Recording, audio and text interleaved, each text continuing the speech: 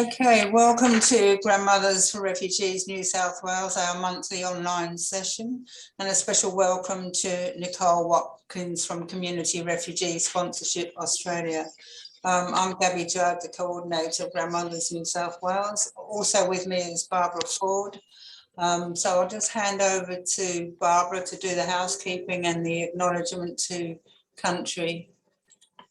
Thank you, Gabby. We acknowledge the traditional owners of the country throughout Australia and recognise their continuing connection to the land and waters and culture. We pay our respects to the elders past, present and emerging.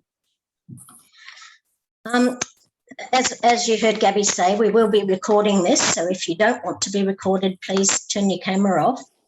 And the recording will be on our YouTube site if you want to go back and re-look at it. Nicole will be giving a presentation for us. After the presentation, you can ask your questions. You can either put them in the chat box or you can put the little reaction hand up so that in your screen so that we know that you're waiting to ask a question. And I will be putting a link, we will be putting a link in the chat box for donations if anybody would like to donate to CRSA. Thank you very much. Back to you, Gabby. Okay, thanks, Barbara. So welcome to Nicole Watkins. Lisa couldn't make it today, but we've got Nicole and she's going to do a presentation for us. So Nicole is the Community Development Manager with CRSA. She's been doing it for 10 years and I think been a year or two with CRSA. Okay, so everybody, could you please mute yourselves? Okay, thanks for that. And look, I'll hand over to Nicole. And so when Nicole has done the presentation, that'll be the time for questions. Okay, over to you, Nicole. Thank you. Thanks, Gabby and Barbara. Hi, everyone. It's lovely to see you all today. Thanks for joining the meeting. I'd just like to acknowledge the traditional owners of the land that I'm dialing in from today. I'm on Gadigal land, and I'd just like to pay my respects to elders past and present. So as Gabby and Barbara said, I'm the Community Development Manager with Community Refugee Sponsorship Australia. We shorten that to CRSA because it's a bit of a mouthful. But what I'm here to talk to you today about is a couple of the programs that we're running and ways that you might, or ways that you can get involved if you're interested. So I have a few slides to get through, but yeah, really open to questions towards the end of the presentation. But if you've got a burning one that you don't want to wait until the end, please pop it in the chat or raise your hand and we can ask that question as we go through. So I'll just share my screen with you. I've got a short video to show, and then I'll come back and do some talking with you all. Community sponsorship of refugees is a groundbreaking approach to helping refugees find safety. This approach brings small groups of local citizens together to welcome and support newcomers in their communities. My life before coming to Australia was being a refugee for 5 years in Malaysia. Coming to Australia was my beginning of life. If we can do something better in such a rich country as Australia, to help people that are just looking for a safe place to live, I want in. I come from a family which came to Australia as refugees. So it was my grandparents, so I've always felt connection and I guess a responsibility to that. We felt really committed to sharing the resources and the networks that we have. Canada's program has run successfully for decades, but now thousands of people in a growing number of countries around the world are getting involved, with Australians stepping up to do their bit. We were able to give them both computers, laptops through a school that was getting rid of their laptops, which was wonderful. I really enjoy meeting people from other cultures. I gain a lot from it. We'll be able to get people settled here, so that's obviously the aim of the exercise. This approach is not only a way to help refugees reach safety in Australia, but also help newcomers flourish in their new communities. Sponsor groups help refugees find employment, succeed in their education, learn English, navigate essential services, and find friendship. Oh, and explain that huntsman spiders are harmless, but magpies are dangerous. Before I come Ararat, I don't have a license. Call every day is give me license. That's why now I have a license. Life is very easy. Alhamdulillah. The best part really is getting to know people. I mean, the resilience that people have that have had to get out of war-torn countries and settle into another place is just so admirable. There are preparations that need to be made to make this all happen, but the end result is very natural and instinctive. Members of the community helping one another in practical day-to-day ways. Just being there as a friend and advisor, because, you know, they don't know how things are set up here. Well, we've now settled 2 families and, as I said, totally furnished 2 houses. It's quite an easy thing to do because, you know, I speak the language, I know the culture, but it means so much to them because they don't. I was their first mate, so I was able to help them. Ni kitu kizuri na mimi nimependa kutoka nyumbani kuja hapa kusherehekea kwa pamoja, hata ile kukaa na kuwa na mawazo linapunguka. Community sponsorship can not only help people find their feet quickly in their new communities, it can also provide a way for smaller regional cities and towns to welcome refugees. I'm not sharing this. Fun with Eileen, we have fun with each other, the kids have fun. I think we're just a good crew. And the dog. And the dog. One beautiful moment was they rang me and said, would you be godmother to the little daughter? And that was really an honour. Friendship overcomes a lot of barriers. Very rewarding to see people gradually become more independent from us. Yeah, very rewarding, like I said, you know, coming out of the, after the test, coming out of the Vic roads and, you know, holding up his licence. And then he got out of the car and he saw me and he danced all the way over.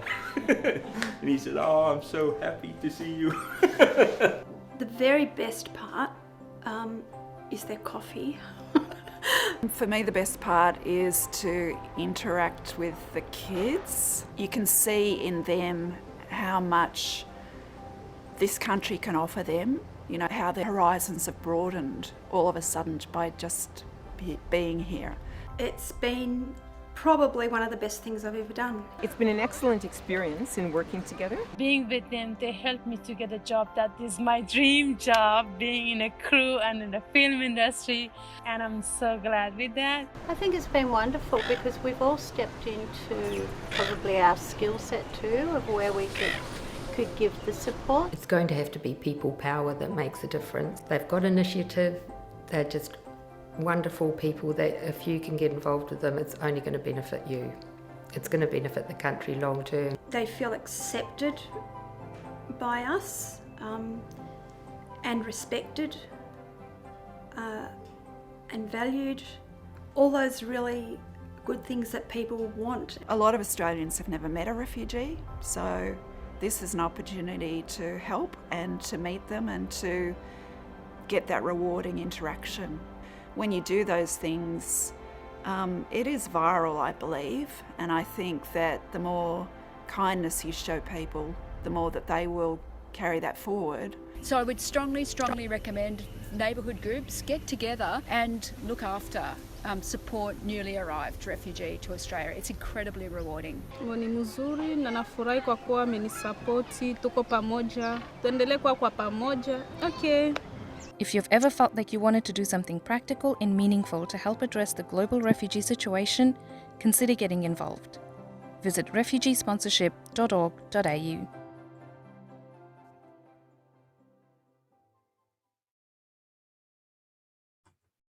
Okay.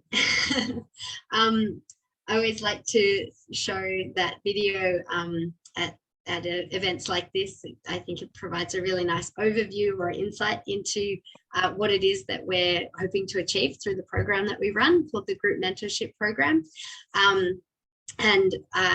Yeah, hopefully give you a little bit of insight into what that can be like.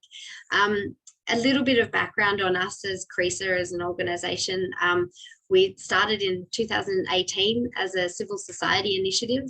It was the culmination of a few different organisations that wanted to advocate to federal government for an improved sponsorship pathway for refugees into Australia that was modelled on the Canadian program that has been around for over 40 years now.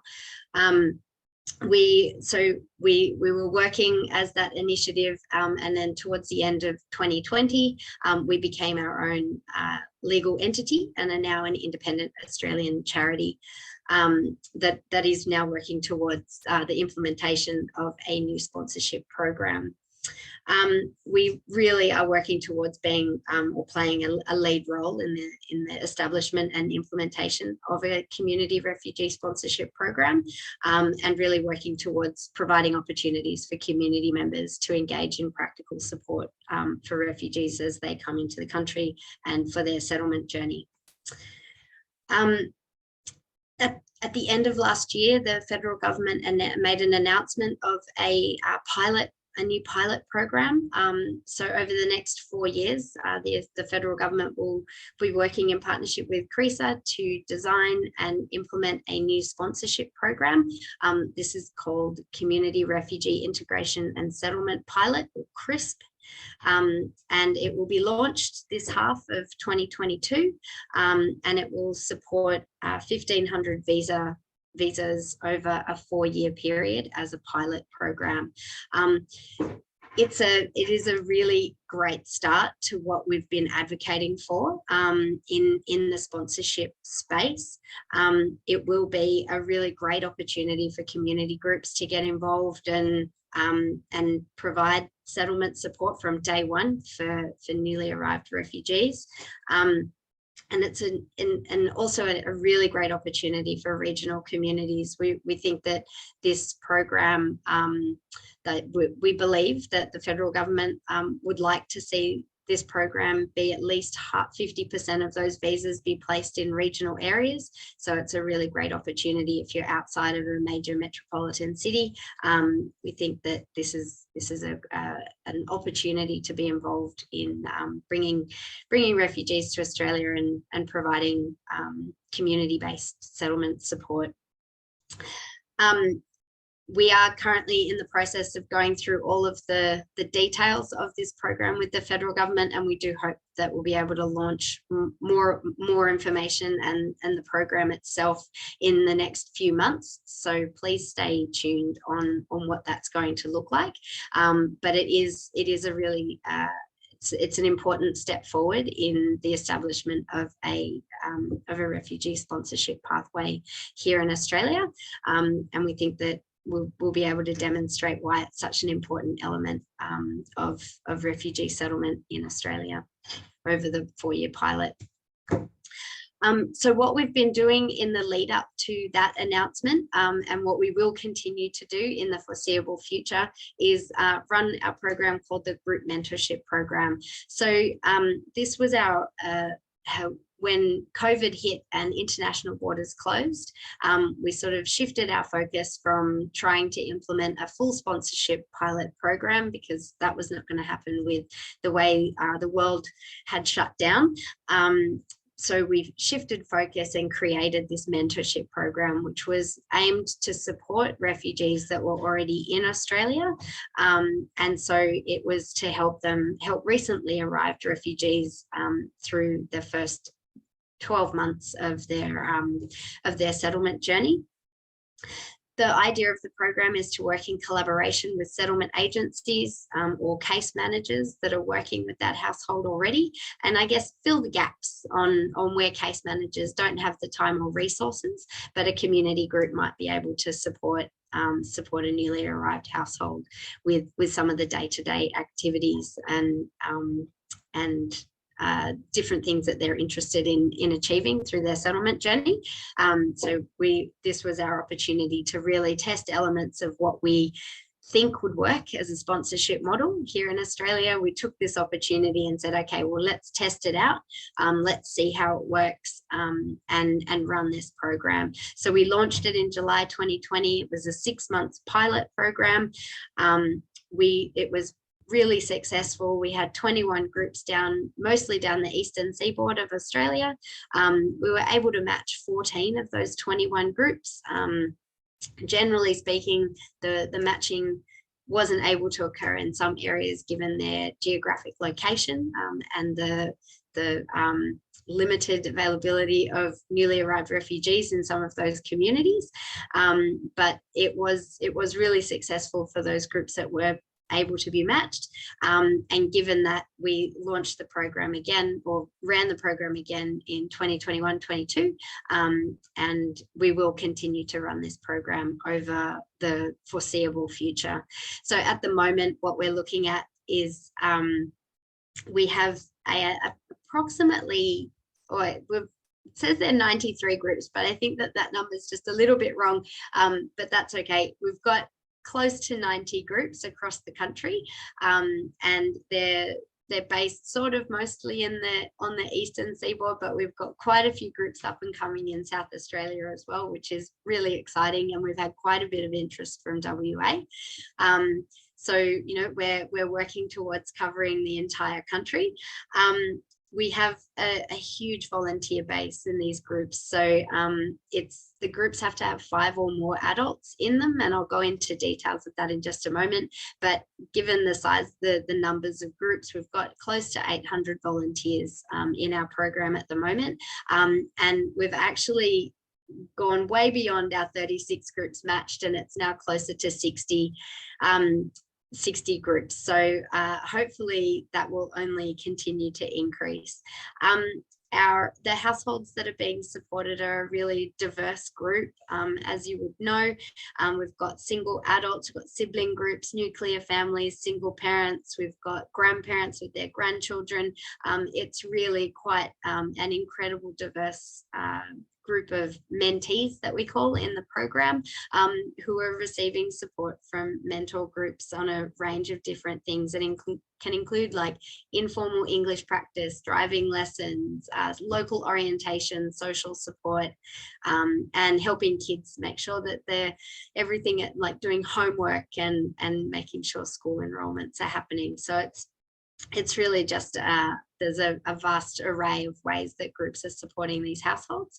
But yeah, the main ones are around English lessons, driving lessons, and really just understanding some of the local services and supports that might be available. Our key principles of our program. So as I mentioned before, our program is really based around group-based volunteering. It's not a one-on-one volunteer program like many volunteering opportunities that exist in Australia. It's really about creating a group of people that can then provide holistic support to a single household or 1 or 2 households throughout a mentorship period. And then from that group, it's really about being self-directed and innovative in the way that you approach the support that you can provide. CRSA don't give directions on the types of support that you should be giving. It's really about the group themselves, recognizing where their skills are, and also speaking with the household that they've been matched with, and really coming to an agreement between the household and the group around what that support can look like and how it will work. You're the experts in your community, and you know what you're capable of and when you might need to ask for additional support. And that's what we're here for. The third part of it is that you're all screened, trained and trusted. So part of our application process is that every volunteer or every mentor coming into our program needs to provide a national criminal history check and a working with children or vulnerable people check. So both of those have to be valid and in place. And we also go through a training program so that everyone is up to speed and feels ready to take on the role as a mentor. And then after all of that work is done, once you're all formally onboarded in the program, you're then trusted to go out and be that self-directed and innovative mentor. And the fourth element of that is being well supported. So throughout the program, we're available for ad hoc support, and we also have an ongoing learning program where we facilitate every second month a peer learning forum. So mentors from across the country come together online, where we learn from one another, share insights and experiences, and learn about what's happening in different places so that we don't all feel like we have to reinvent the wheel when a challenge comes up. We also have guest speakers coming to talk to us on specific things that mentors have been asking for additional resources on. Together with that, we have a private Facebook group where mentors are able to ask questions and chat with one another about different things that are happening. And we will also have additional top-up training throughout the program as well. So what we're hoping that group of 4 key principles leads to is effective wraparound support and individualized support that builds on the strength and agency of the household that's being supported by the program. Our objectives in the program is that we're building on our success from our 2020 pilot, and we really just want to work towards delivering settlement and social cohesion benefits across the country for refugee households and local communities. We really want to continue to learn how this model works in the Australian context and really understand how we can create best practice in this space. So it's really about us listening to mentors and mentees in the program and refining the way that things work so that we can make sure it's the best experience for both people or both groups of people involved. We want to maintain and build the capacity in the Australian community for a refugee sponsorship program. So we know that we need people to want to be able to do this kind of work, and so we're really looking for opportunities to ensure that people feel engaged and excited to be involved in these kinds of programs. We're looking for additional support through what we're calling supporting community organisations, and they can be organisations like Grandmothers for Refugees who have a volunteer base who are interested to share this opportunity with their volunteers to help mobilise and organise groups. So that's an opportunity as well, and that's what we're looking at in this particular round of the program at the moment, and what we'll be looking at further for the sponsorship pilot that's coming.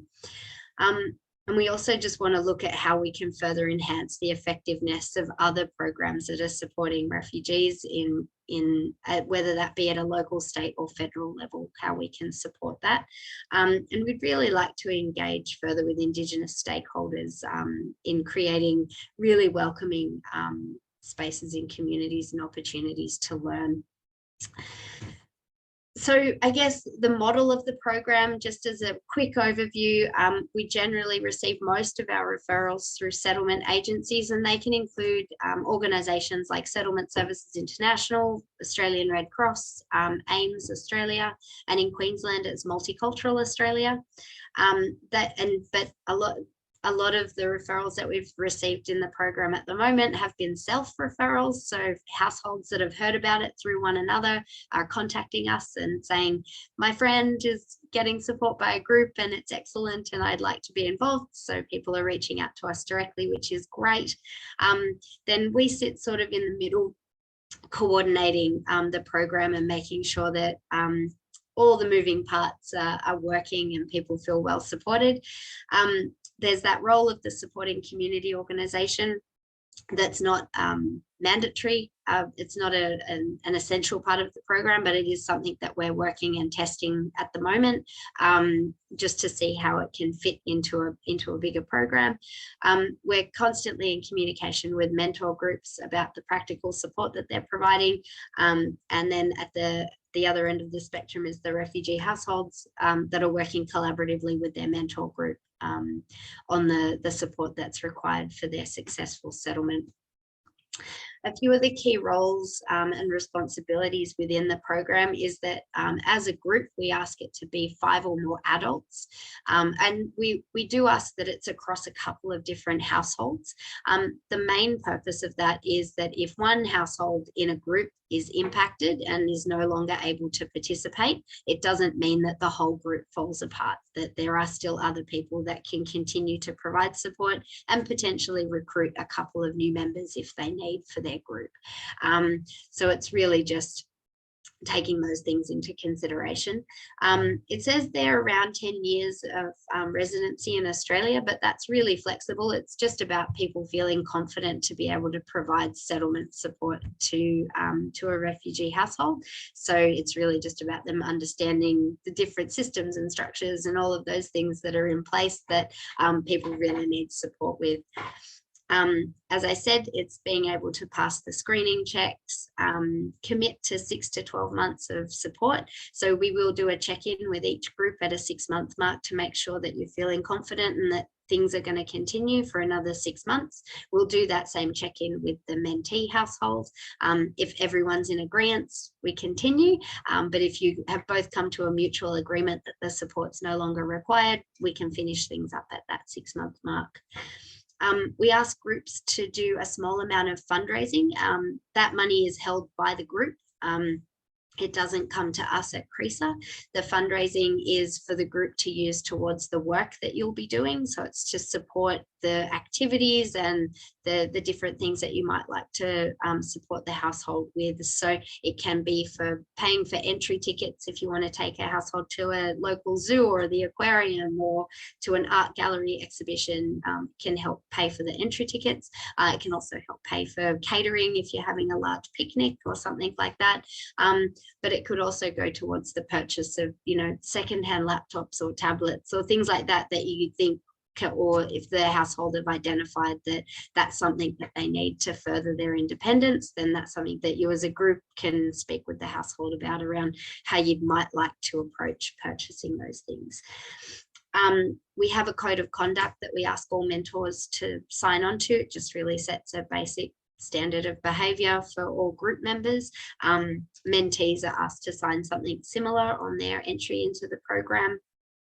And we also ask that you have access to a bank account to hold your funds that you raise to participate in the program.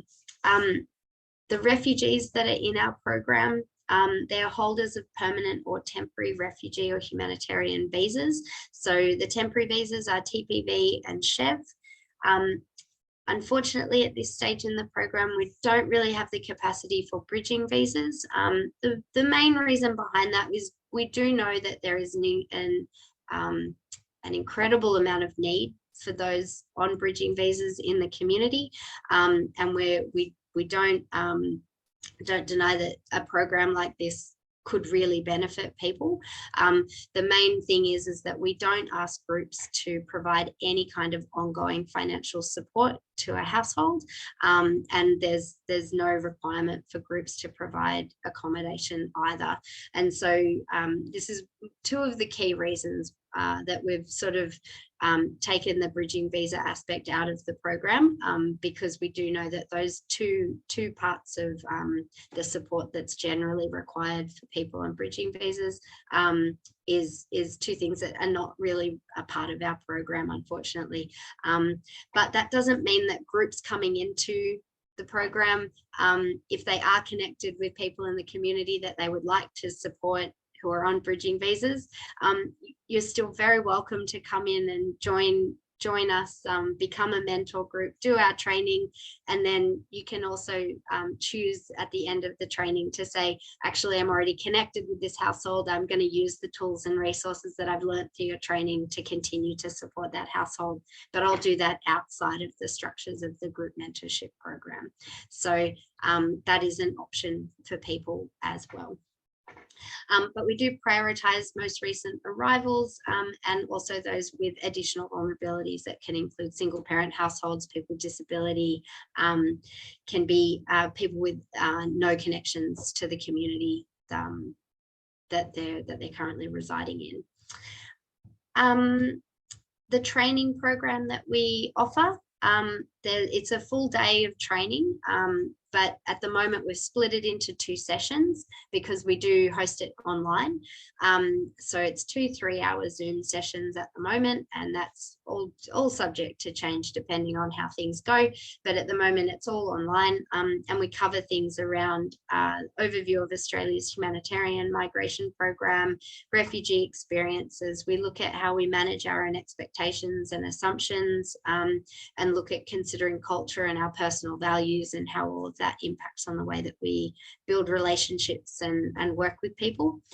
We look at the role of the group and how to establish effective group dynamics, so looking at communication and structure and all of those sorts of things.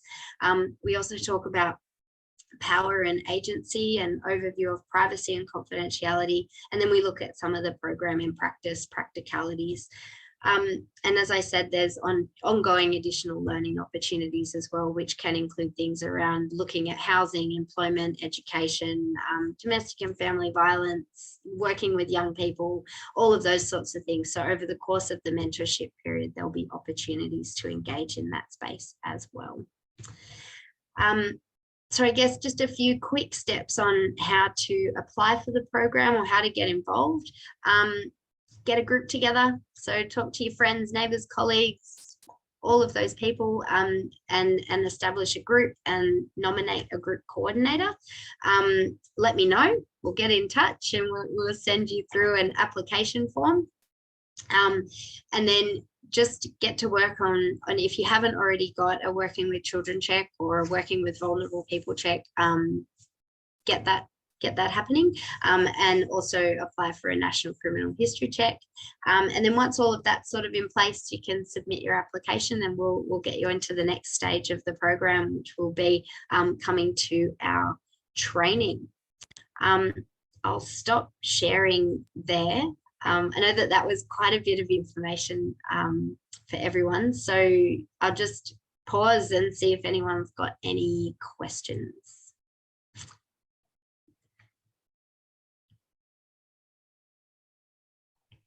Can I just ask, please, I noticed in the last little bit you had programs in practice, and one of the items was insurance. Is that covered by volunteers or by CRSA? Yeah, so insurance, once you're an active group in our program, you will come under our umbrella policy for public liability. So you'll be covered. There is some, I can share details on what you'll be covered for under that public liability coverage, but we also encourage groups to consider what their own personal insurance coverage is. So, you know, if you're going to be doing driving lessons, then consider having comprehensive insurance on your car and things like that. So it's just those basic levels of insurance coverage that we like people to check in and make sure they have. Thanks, Nicole.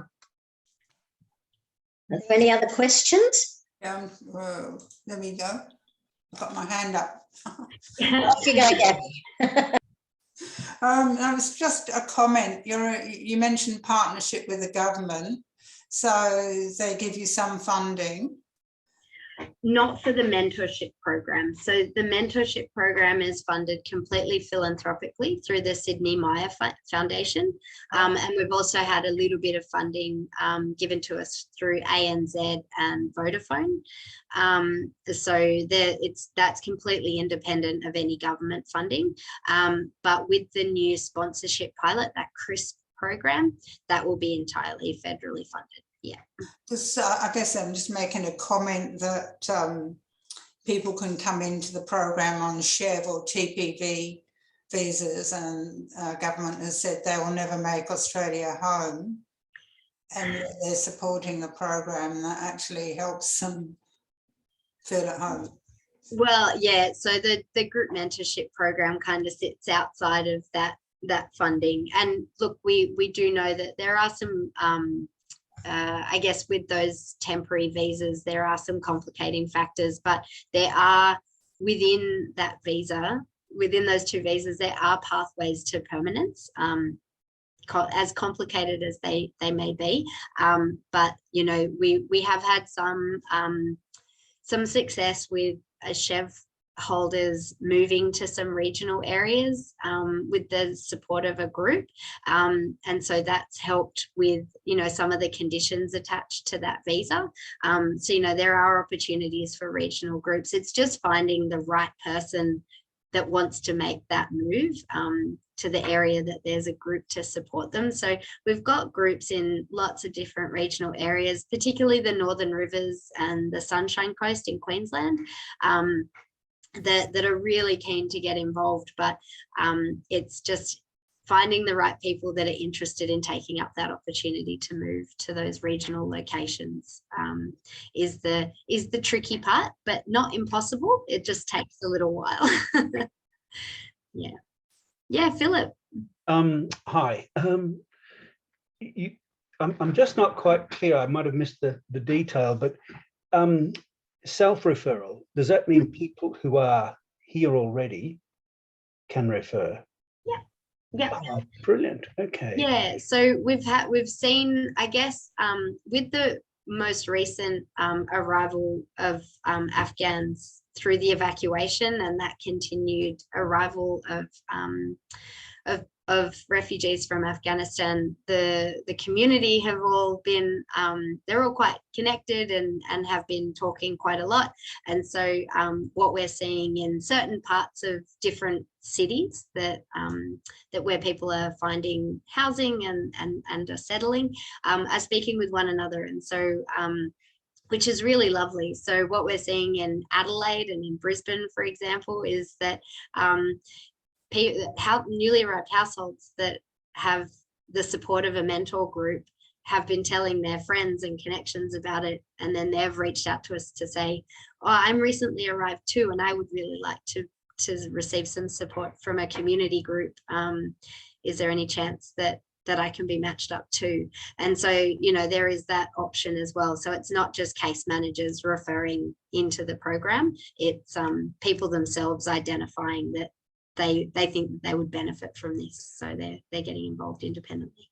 Okay, sorry, can I follow up? Just there's somebody, a group here, well, a family here who have been here for several years. They've moved and so on, and they've fallen through the cracks. They haven't had a lot of support. Are they eligible?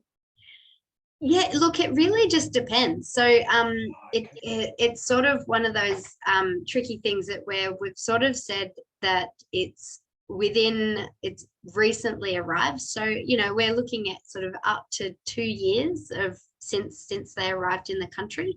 But if there are additional vulnerabilities or complexities that mean that they would benefit from community-based support, then that's something that we can take into consideration. And if they have relocated, so if a household has been here for a period of time and they've lived, say, in Sydney, but are looking to move to Wagga, we can work with them and say, well, you know, you're relocating to a very different part of the country. Let's put you in touch with a group and they can help you settle in that new area. So I hope that clarifies things. Yeah, Gabby? Oh, just a quick one. There was a question about a recording. So we are recording this session and hopefully it will go onto our YouTube channel. If not, contact me and I can send you the recording. Great. Yeah, it would be great to get Canberra University on board. We have a question, Nicole, from Leonie Lundy. Would you like to ask a question, Leonie? Yes, hello everybody. Thank you to Grandmothers for Refugees in New South Wales for enabling people such as myself to tune into this from WA. And thank you, Nicole, for the presentation. I'd like to please just go back for a minute to the reference and what I actually thought this session was about, to do with the community sponsorship aspect, which was announced prior to the end of last year. Yeah. Nicole, when you mention government, I presume you mean trying to work through all the possible details with the department, that it's not dependent on the current government that we have, which may not be in the same hands. Totally, yeah, no. So what we're working with at the moment is the pilot program has been announced by the coalition government. And so that is what we're working with the department on, the implementation of CRSP.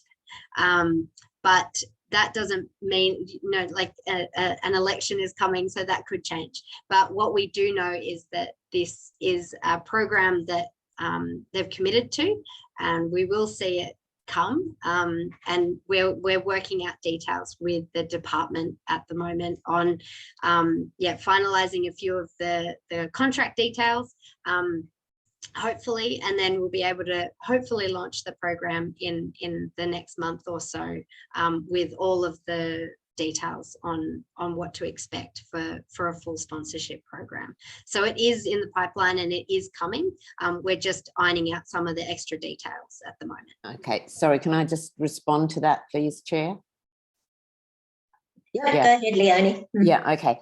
So 2 queries about that program. But firstly, I'd just like to say, with all due respect, and thank you to CRSA, but it is pretty poor on the part of our government. I remember that in our refugee group in Fremantle signing up well over a year ago, our sort of offer of support for any introduction of this kind of program. So once again, it's the usual baiting us along, and I wouldn't be at all surprised if even the announcement just before Christmas is sort of partly electioneering. I think it's really disgusting. But anyway, irrespective of all of that, is it envisaged, Nicole, do you know, please, 1, if there is any possibility that this may be a way of Australian group or sponsors bringing refugees from Indonesia, which is a really big gap in our area of responsibility and the crisis, because obviously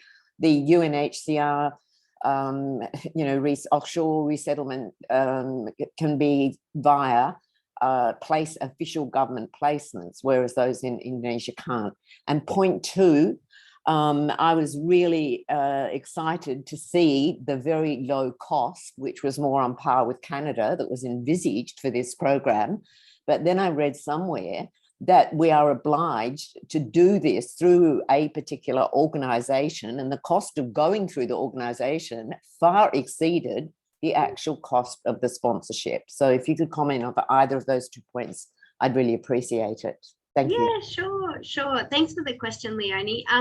And look, I think that the details around for where people can be located to access this program, I don't have those details at this point in time, but I haven't heard anything around restrictions on where people can be referred.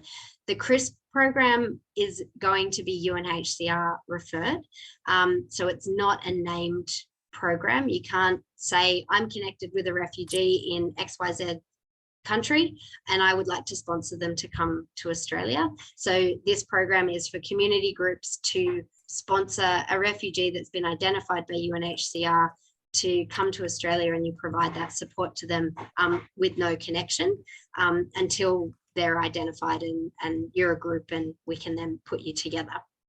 I think the fee program, I think, is what you're talking to, is the Community Support Program, or CSP, and that is the current private sponsorship program that exists in Australia, and it is incredibly expensive, and that's what a lot of people have been using as family reunification or a named sponsorship pathway. There are a lot of reforms coming to that program, namely fees associated with it, that are changing from the 1st of July. I believe that the fee to sponsor someone through that program is now going to be around the $7,000 mark. But if you want to find out more information about that, I'd encourage you to have a look on the Department of Home Affairs website. But yeah, those fees are going to be far more in line with what the Canadian sponsorship program looks like. Through the CRSP program, and it being an unnamed program, people arriving through that will have access to Centrelink benefits, and so there won't be the financial element of sponsorship on that program, as far as I'm aware at this point in time. So there will be 2 different streams of sponsorship. One will be the named program, which will remain what we're that CSP program, and then there will be the UNHCR referred, which is the CRSA program. I hope that clarifies things. Leonie, did you want to, is there anything else that I haven't touched on there that you want to ask? Maybe I think there's a lot of people here that are really interested in the mentor program, so maybe I can follow that up elsewhere, but thank you. No problem. And I'm really happy to provide additional info in an email afterwards. If you want to flick me your email, I can send some details through to you. Thank you. Thank you. That's right. Leslie? Oh, Leslie, you're just on mute. Sorry.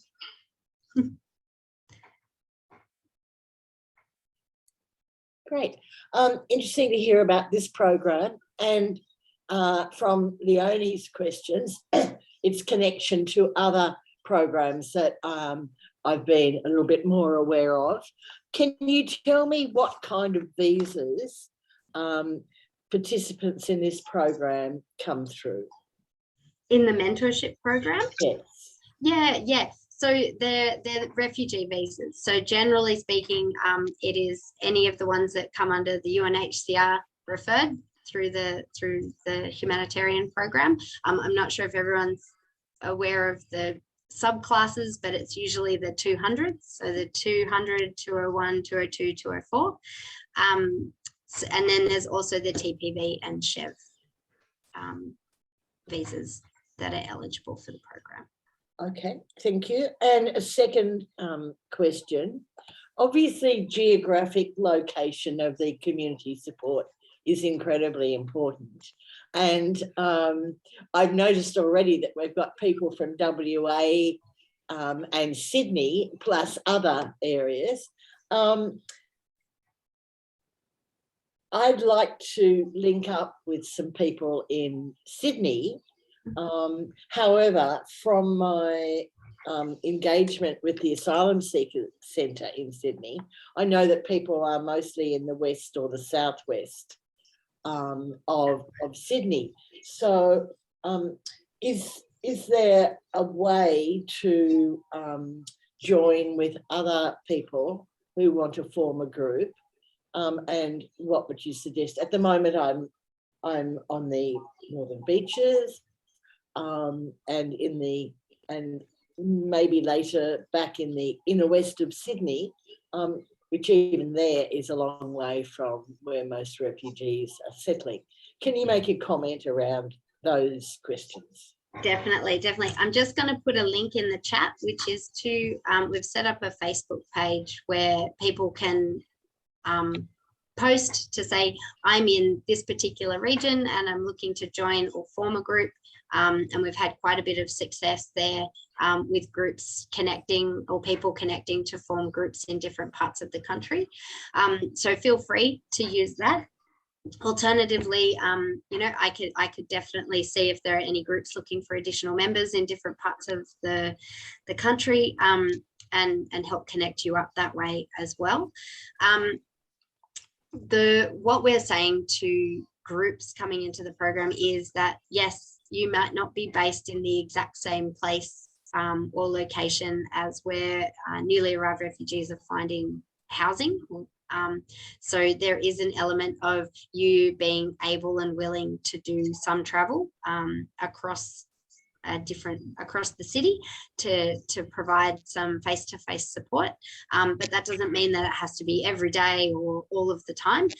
It's really about building up independence and agency with the household that you're supporting. So we really encourage the local public transport orientation options, ensuring people know how to get around, and then working out ways that you can meet halfway or do alternate visits, and also using different online tools and platforms to connect. So what we're seeing with some groups that are quite far apart, so we do have groups based in Eastern Sydney that are supporting people in Western Sydney.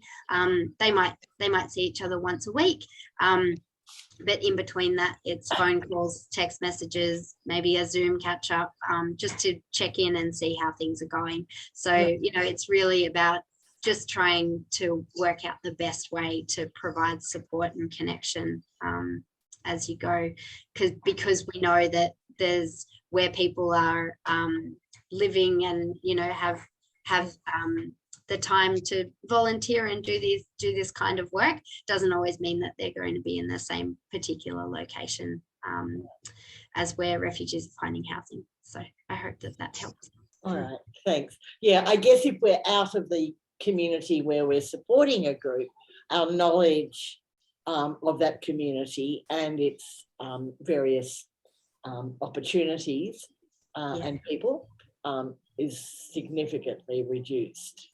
Yeah, look, we definitely understand that, but I think what we have noticed is that even with the groups that are in quite different locations, there's still quite a bit of support that you can provide people in that general knowledge and sort of social connection that kind of outweighs the benefits of having some really detailed local knowledge. So, you know, and I think that there's still opportunities that your networks and connections in the community can help bridge some of those gaps as well. Thank you.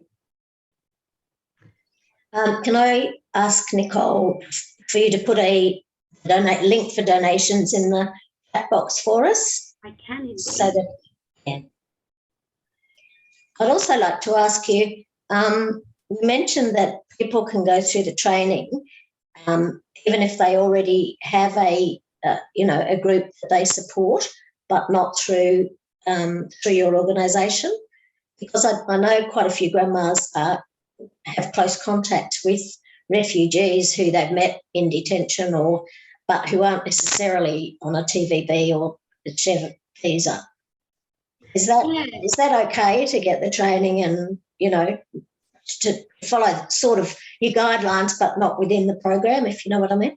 Yeah, look, I think the main thing is that we just really want to build up the capacity of the community to provide this kind of community-based support to refugees.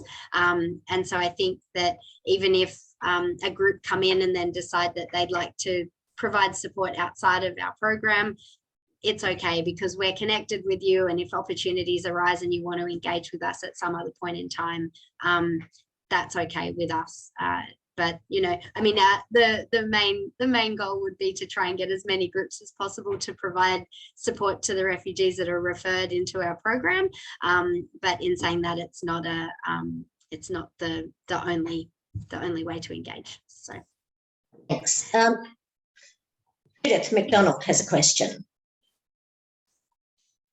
Oh, you're on mute, Judith.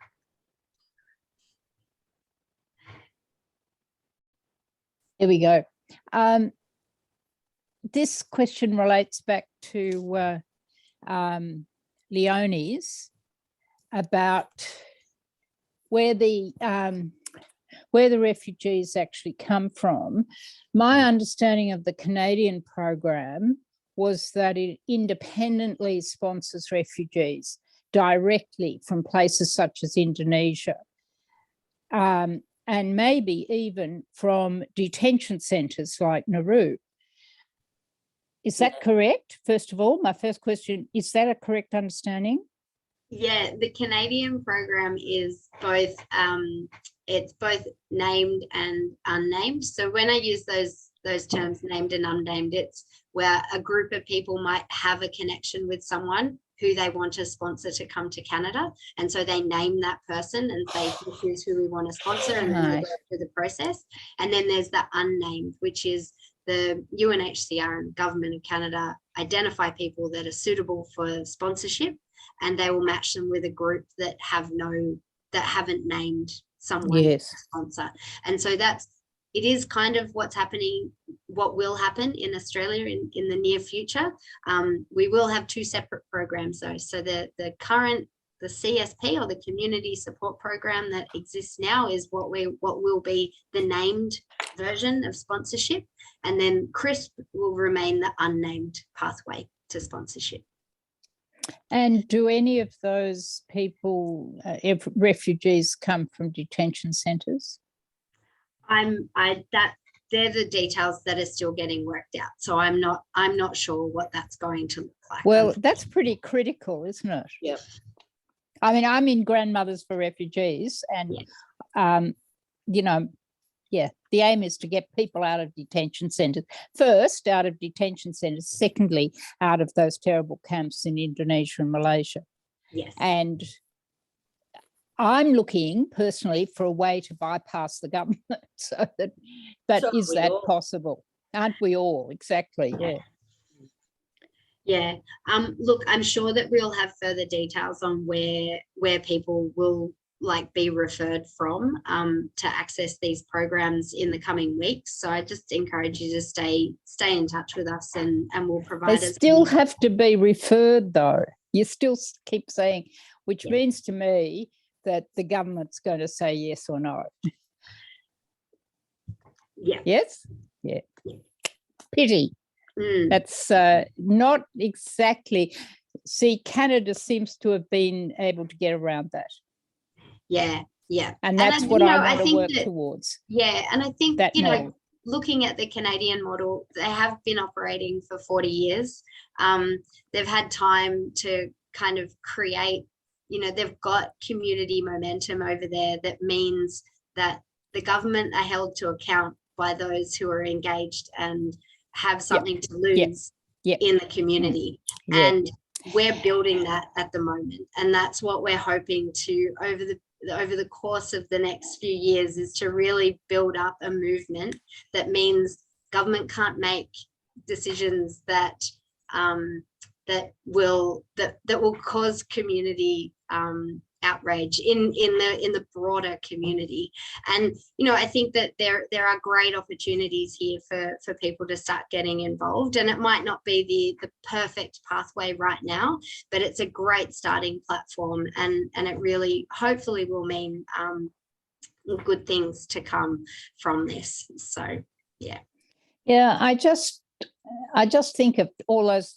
Well, now we have Ukraine, but that's not going to be a problem so much. I think of the people who are still back in Afghanistan and can't get out and need to get out. And our government is not sponsoring enough people out of Afghanistan.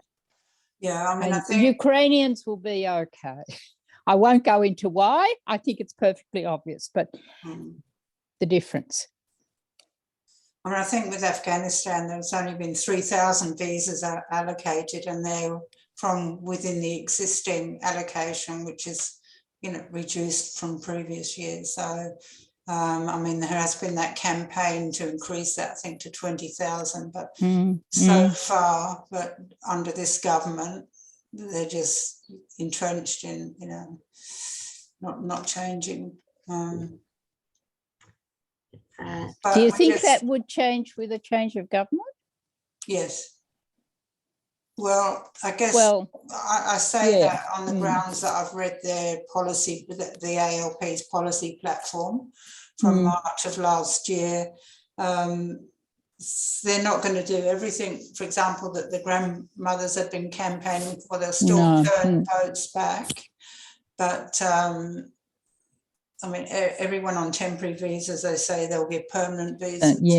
They'll facilitate family reunions, and somebody might remember they were going to do something about Indonesia's support, because I think there's 7,000 Hazaras there, refugees, I'm not sure the exact number.